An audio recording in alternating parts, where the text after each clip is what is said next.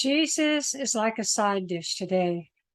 People like to think that they're of Christ and they go to church on Sunday. Some of them go on Wednesday or Thursday, and some of them go on Saturday, but their life is not of Christ. And they just live after the flesh. And as long as he doesn't interfere with their fleshly life, well, they're glad to be a so-called Christian. But the minute that Jesus Christ interferes with something they want to do in the flesh, then they put him on the side. He's like a side dish. When you go down to the cafeteria and you're choosing the things you want to eat, you have a main dish and then you have the few side dishes. Well, if you decide you don't like one of the side dishes, you just set it aside and you leave it, but you'll eat the main thing that you wanted. That's the way they do with Jesus. And what they'll do, they justify it through the Bible, or they'll justify it through their own mind and say, oh, well, Jesus wants me to have this because you want it. You think Jesus wants you to have it. Well, you're deceiving yourself. You're acting like Jesus is somebody that just a tag along that you can take or leave at your will. When he's convenient, then you love him and you want him. But when he's inconvenient, you push him off to the side and you ignore him. He's nothing then. So what you're doing, you're not making him everything. You have to give God your all. He is our life, and he doesn't accept part of you. You have to give your whole heart to him, or he's not going to accept you at all. And so you're just fooling yourselves. You think that you're going along fine. You're happy because you're having a good life after the flesh, and you think that you're going to go to heaven when you die, but you're not. You don't know him. You only pretend like you know him. You speak about him. You're with your mouth, but you're far from him with your heart. You don't even know him. Most of you haven't even come to him. And if he tells you something you don't want to hear, well, you say, oh, that can't be him. But it bugs you in the back of your mind. But after a while, you just dull yourself to the Spirit of God, and you can't hear him anymore because you quench the Spirit. Today, most of this generation is lost because they're so far from God. They're so wound up in the flesh, and there's so many things to keep you your mind and your heart in the flesh all your life. If you don't just put your foot down and say, I am going to live for God. I'm going to do his will. I'm going to pray to him every day. I'm going to seek him with my heart in the Spirit every day and ask what his will is for me and for him to lead me and guide me. And if the Spirit doesn't bear witness of something, then I'm not going to do it, no matter how good it looks or how much I want to do it. Jesus is not a side dish. Jesus is the main dish.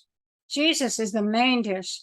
And without him in the center of your life, then you're the one that's going to be tossed off and thrown into the trash as a side dish because you didn't love him the most. You loved the world the most, and therefore the devil got you. I know it's hard to see this, but the only reason why it's hard to see is because your heart is not right with God. If you have a heart that really loves the living God, and you want him more than anything else, then you'll know what I'm saying is true, and you'll give up your side dishes for the main dish. Jesus Christ is our life, and no one comes to the Father except through him. And the gift and promise of God to us is the Holy Spirit. And we come to Jesus Christ. He fills us with the Holy Spirit that regenerates us into the sons and daughters of God. The Bible doesn't give it to us. Claiming words doesn't give it to us. It is by the real living Jesus Christ, through the real living Holy Spirit, that we have life and we're connected back to God. It's just that simple. Claiming it from the scriptures won't give it to you. Justifying yourself any way you want is not going to make it right. And if you don't get right with your Creator, then you're not going to make it. Stop kicking Jesus off to the side. He is your foremost. He's the main dish. He's your life. You keep him in the front. You keep him in the forefront, in your heart, in all that you do, in your whole life. And that's the way it has to be. Don't be ashamed of him and don't kick him off to the side, because if you do, then he's going to kick you off to the side too, and you won't make it.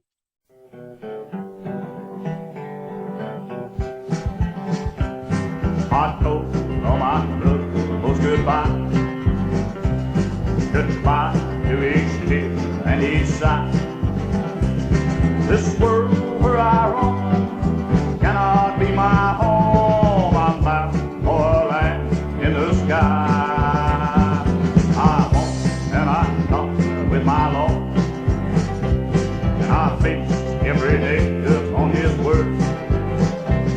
Now heaven is near, and I can't say oh, goodbye, word, goodbye. Now don't you wait for me when I'm gone, 'cause I long out to be here alone. And when I hear that last trumpet sound, my faith won't stay on the ground. I'm gonna rise with a shout, I'm gonna fly, gonna fly with my hope in the sky. Oh, heaven's so near, and I can't say oh, goodbye, word, goodbye. I won't have these blues anymore when I step across to that shore. And I'll never find, I'll leave behind my heartache and tears.